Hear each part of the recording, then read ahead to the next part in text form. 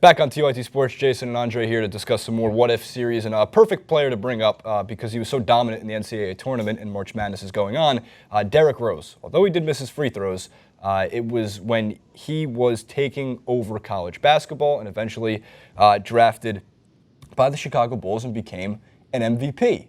But then Derrick Rose had injury problems, and then he had injury problems to the 10th power, and then he had injury problems to the 100th power. Actually, we have a graph, thanks to Fox Sports, that I had to break into two to fit the page because there's the top half where you can see games missed in the top half of his body, not as bad. He did have the orbital fracture, 4 games with the sprained left wrist back in 2009, 2010. Back spasms, which are the worst thing in the freaking world. I feel so bad for any player that has that in 2011, 2012. But then when we go to the bottom half, right? And the clip for this, by the way, what if Derrick Rose didn't have any of these injury problems? But you see big numbers, 76 games missed in 2013-14 with the torn meniscus, 99 games missed in 2011-2012 with his torn ACL in the other knee. I mean, his foot's been sprained, his toe's been sprained, he's beaten, battered, and bruised through his career in the NBA, but you know what? He's resilient because he's still playing, and I give him credit for that. Although I once called him the most fragile player in the history of sports, you know, he's not soft. He's just kind of like made of glass. He just popples over and something breaks. But if Derrick Rose didn't have any of the ridiculous injuries that have happened in his career, right, he could have continued his MVP form. Likely, he was playing that way before he got the injury. What would the Bulls look like today if Derrick Rose was never injured?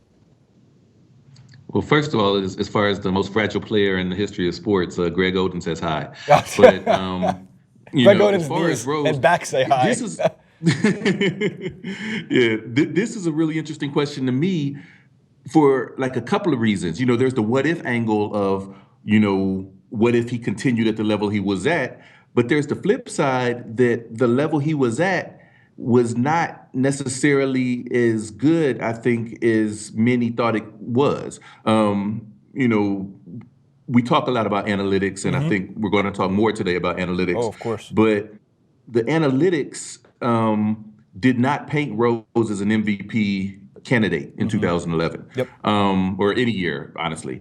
He projected as a positive player for the most part. You know, it wasn't like Rondo where a lot of times he was actually coming up as negatives, but he was just like, okay, like the most impactful player on that 2011 Bulls team actually measured out to be Luol Deng, you know, in large part because of his defense.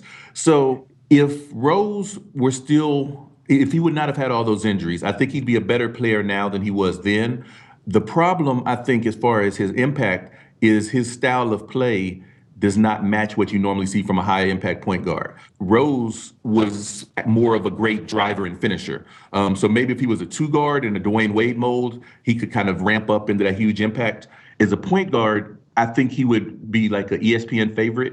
You know, he would have some great stats. He might even have more MVP caliber hardware, though I think most consider him one of the weaker MVPs that we've seen. But I don't think he would have been like a game changer. It's not like, oh, if Rose was healthy, I mean, the Bulls still, I don't think would have been beating any of LeBron's teams, be they in Miami or Cleveland.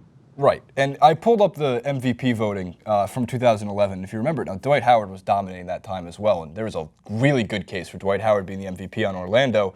And some of the voter bias finally came out against their voter fatigue, whatever you want to call it, with LeBron James being the third. Debatably, Howard, James, Bryant, Durant, all equally as MVP eligible or worthy, I would say. I wouldn't say equally. As you mentioned with the advanced stats, Derrick Rose actually wasn't the advanced stats MVP. There's a really good case against it. But in terms of the what if, he was still a good point guard. He was still, I would say, a top-tier point guard in the league before we had this ridiculous wave of now everyone and their mother and their father are top-tier point guards in the league. But when I look with the Bulls, you know, I love them, like the pairing of even a little bit of an older Pau Gasol. Again, we've talked about his portability, the word I think you coined, which is fantastic use of it. If we had the explosiveness, again, when you watch Rose on Memphis and his MVP year, and sometimes the signs of it, the guy moves at 110 miles per hour. And he's never really figured out a way to move less than 110 miles an hour. And really the only player I would say that I've seen do as explosive movements as him in the last 5, 6, 7 years of basketball is Russell Westbrook. And just in terms of how they attack it is mind-bending, the angles they take and the way they can finish at the rim.